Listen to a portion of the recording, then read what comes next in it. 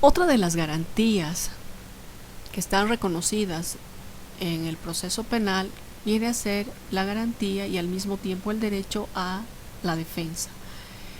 El imputado tiene la facultad, tiene la posibilidad, le respalda la norma para poder defenderse de todas las acusaciones planteadas por la víctima, que es el querellante, y también por el representante del Ministerio Público.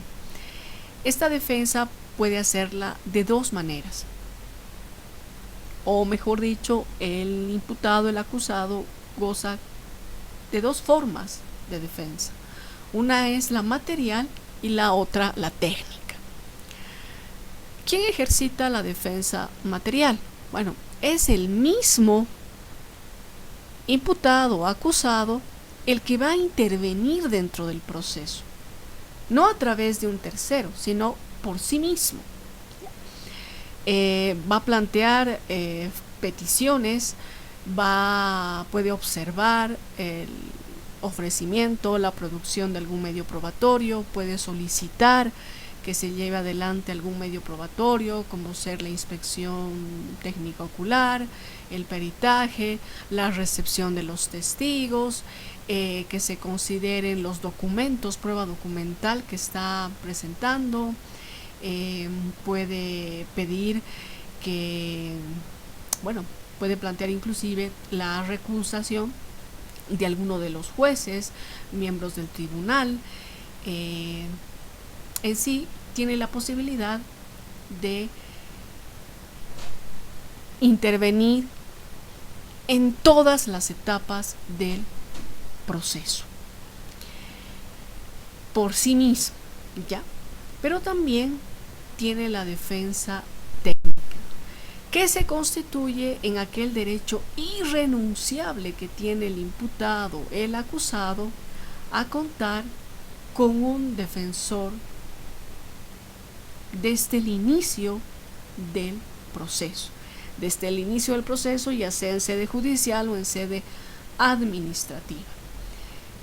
Puede ser que el imputado no cuente con los recursos económicos suficientes para cubrir los honorarios del profesional abogado. En consecuencia, el Estado deberá otorgarle un defensor de oficio, un abogado de oficio que este profesional pertenece a la defensa pública, que es una repartición del Ministerio de Justicia. Entonces el imputado no tiene que pagarle sus honorarios, pero sí el Estado. Estos defensores o este defensor que tenga el imputado, no hay un número, ¿ya? Me refiero a la cantidad de profesionales abogados que lo pueden asistir. Él tiene una defensa irrestricta, puede tener un abogado, un solo abogado, como puede tener 3 o 4 profesionales que lo defiendan. Esto va a depender de los recursos económicos con los que cuente el acusado. En algunos procesos se ha visto que inclusive tiene hasta un consorcio de abogados que lo asiste.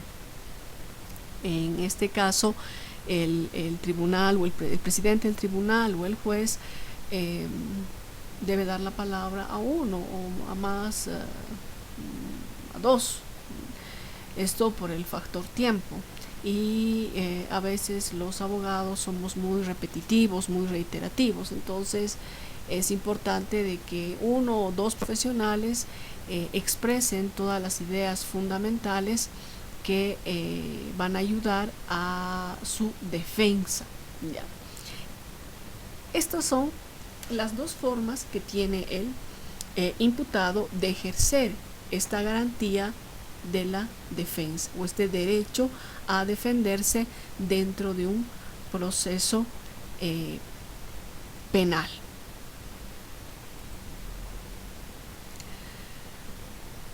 ¿En qué se resume o cómo se resume este derecho a la defensa que tiene el imputado? Bueno, lo que les decía,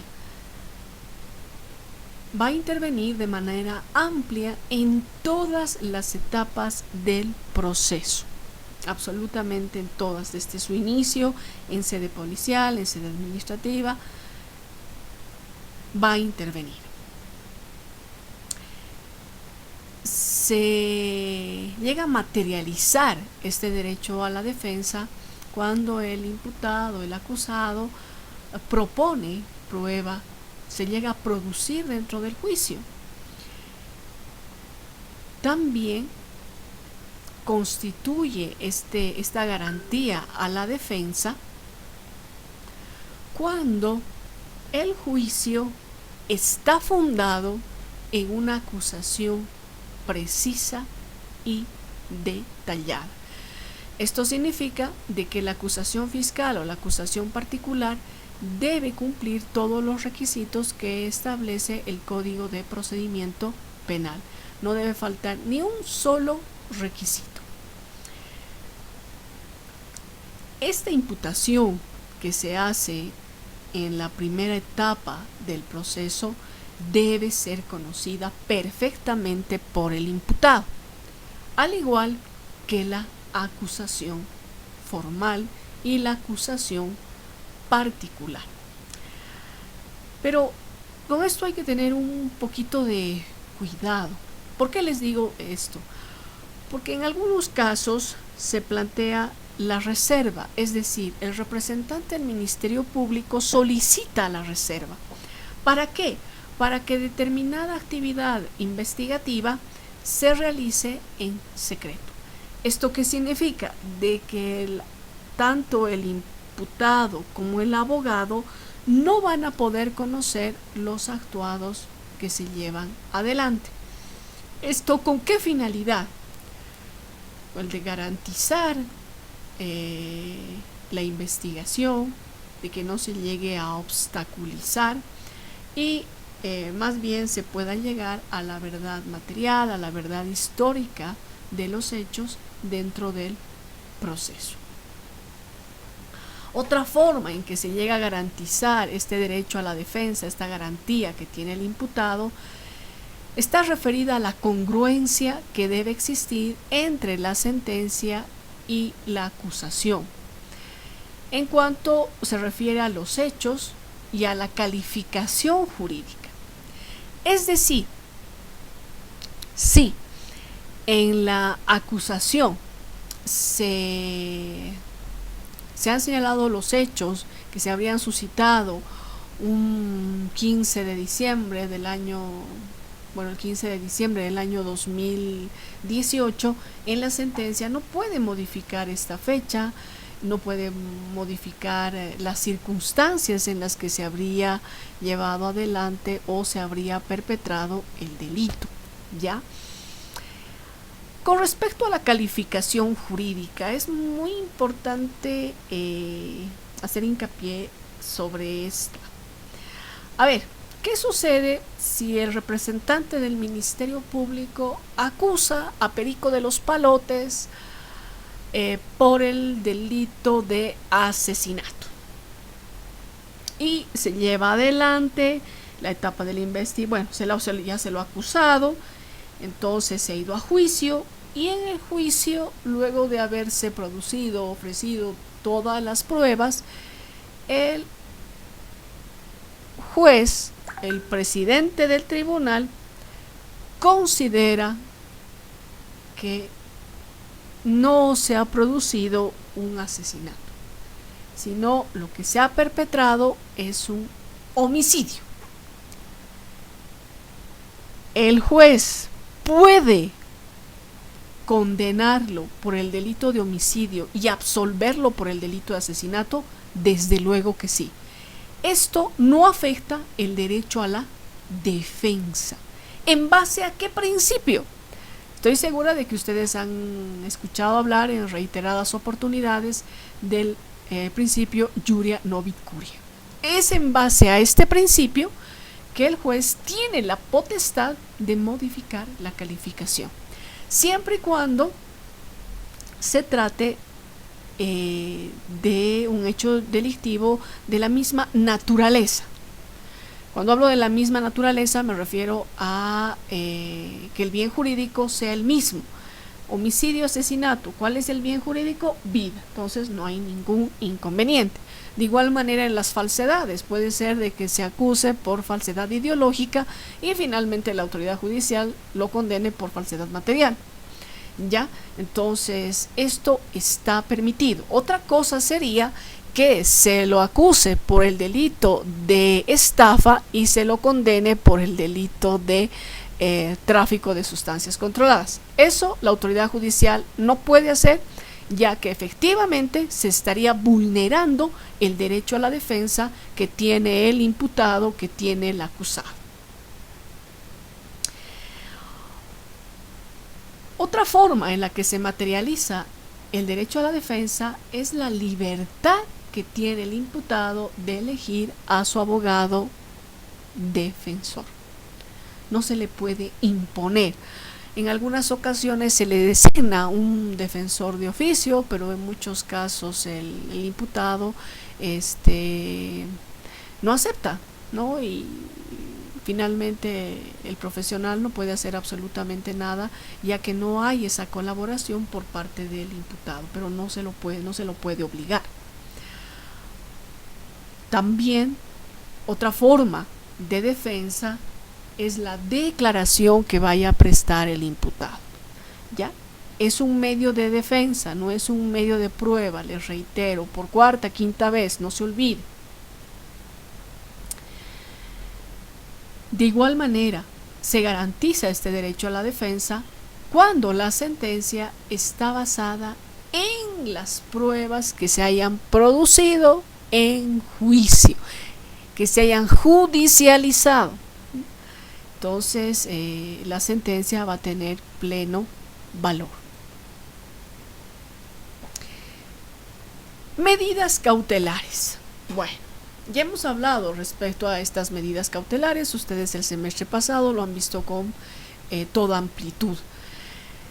La doctrina nos señala que cuando se aplican estas medidas cautelares, pues se está realizando una presunción de culpabilidad. Esto significaría de que la presunción de inocencia no se la acataría, no se la respetaría a plenitud. Es por eso que la norma establece de que estas medidas deben ser aplicadas de manera excepcional. Ustedes saben muy bien que hay dos clases de medidas cautelares que son de carácter provisional, las personales y las reales. Estas aseguran la presencia del imputado, las reales van a asegurar el resarcimiento de los daños causados por el hecho delictivo y también van a cubrir los gastos de captura si es que el imputado, si es que el acusado se escapara. Estas medidas cautelares deben ser aplicadas con la mayor amplitud. ¿A qué me refiero con esto de la mayor amplitud? Se debe imponer al imputado solamente en los casos que se requiera y además se debe aplicar la más favorable a él. ¿Esto qué significa? De que la detención preventiva debe ser la excepción, es decir, en casos muy extremos se debe aplicar esta medida cautelar. Después, la normativa nos da otras posibilidades que son menos gravosas para el imputado. Recuerden que las mismas tienen el carácter de temporalidad, son transitorias. Significa de que no tienen la calidad de cosa juzgada. Pueden ser modificadas en cualquier momento, en cualquier etapa dentro del proceso penal, puesto que las circunstancias pueden modificarse, el imputado puede demostrar de que no va a escaparse, de que no va a obstaculizar la averiguación de la verdad, que tiene domicilio, que tiene trabajo, que tiene arraigo natural. Todas estas consideraciones deben ser tomadas por la autoridad judicial para modificar la medida cautelar o simplemente no aplicarla.